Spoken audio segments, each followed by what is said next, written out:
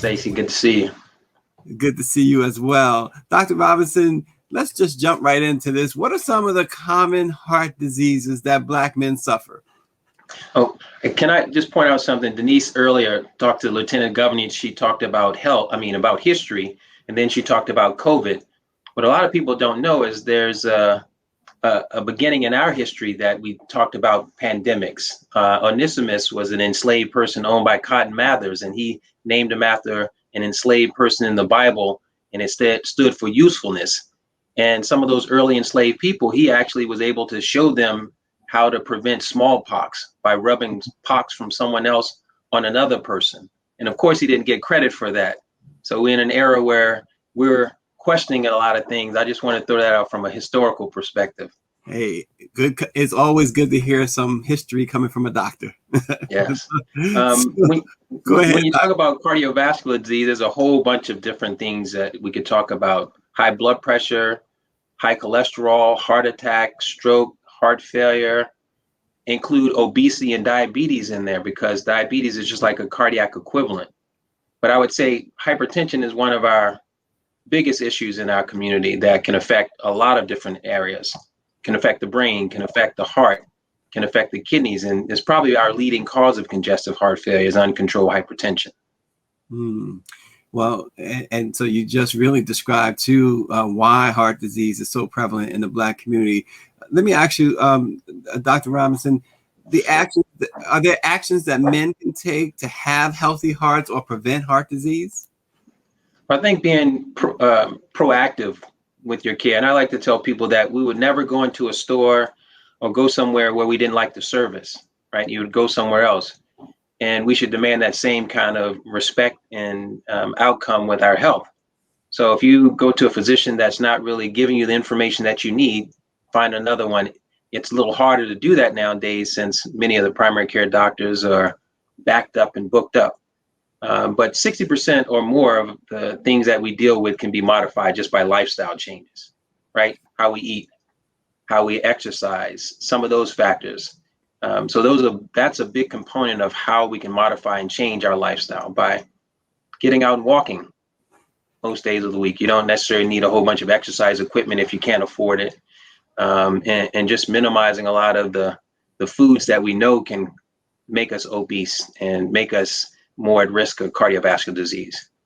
Yeah, and let me add to that too, Dr. Robinson, how important, could you express to our viewers, for Black men in particular, Black people in particular, how important it is to really talk to your primary care doctor, to open up to him, to have a primary care doctor that you can really express yourself to? It's like your pastor almost, right? If you have a good relationship with your pastor, you feel comfortable with doing that. And that's the kind of relationship you would hope to have with your physician, because these are serious things. And people tell me a lot of their deepest secrets and things that can actually impact their health.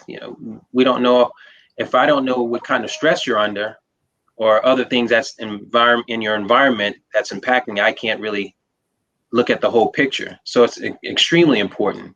I sometimes jokingly say that men will come into the doctor's office if they're having some issues with their, say, erectile dysfunction, versus if they have, some cardiovascular issues, because that's something immediately in your face that's saying, okay, this is not working, so I better go get it checked out. But there are a lot of things that could be going on that you need to check out, even if you don't feel anything, like hypertension, which is a silent killer.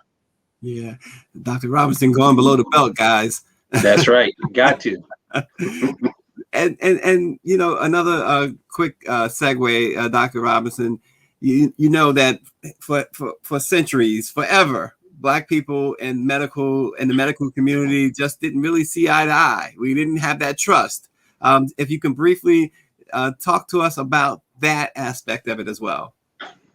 Well, I mean, that's a barrier that we'll have to continue dealing with. We're dealing with that with the COVID vaccine as well, and the trust, and people bring up certain experiences like Tuskegee and Henrietta Lacks, and those are different, but it's still, something that may develop mistrust in the medical community. And one of the issues that we see is that they don't see enough people that look like them a lot of time when they go into the doctor's office. Not saying that other people can't deliver the same amount of care. Levi Watkins, an African-American physician at Hopkins, wrote a book, You Don't Live on My Block or My Street. And that just talks about really being able to understand the cultural differences. And, everyone does that. White people do it when they want to go to a specific physician. Some women may only want to see a woman physician. And I see many of our folks that really feel more comfortable and they can really let their guard down when they come in to see someone that looks like them. And that's an important factor, that you can trust that conversation. Yeah, absolutely. And Dr. Robinson, last question. If we have heart damage or a previous heart attack, are we more likely to have another heart attack, or can the heart be repaired? Well, again, timing is of the essence. So it depends on how soon you present after having your heart attack. And what's also most important, stroke. If you have stroke symptoms, think of FAST, like you run fast, yes. Face drooping, A, arm weakness, S, slurred speech, and T for time is the most important part. So if you have any of those factors, call 911. The faster you get in, the more likelihood you can recover from it. So time is of the essence. Wow. Well, Dr. Robinson, we really appreciate you. Dr. Reginald L. Robinson, MedStar Cardiology Associates. Thanks so much. This has been a great conversation. I wish we had more time. My pleasure. I don't want to lose favor with our producer. She's hard on us, Dr. Robinson. So, my pleasure. Thank you. So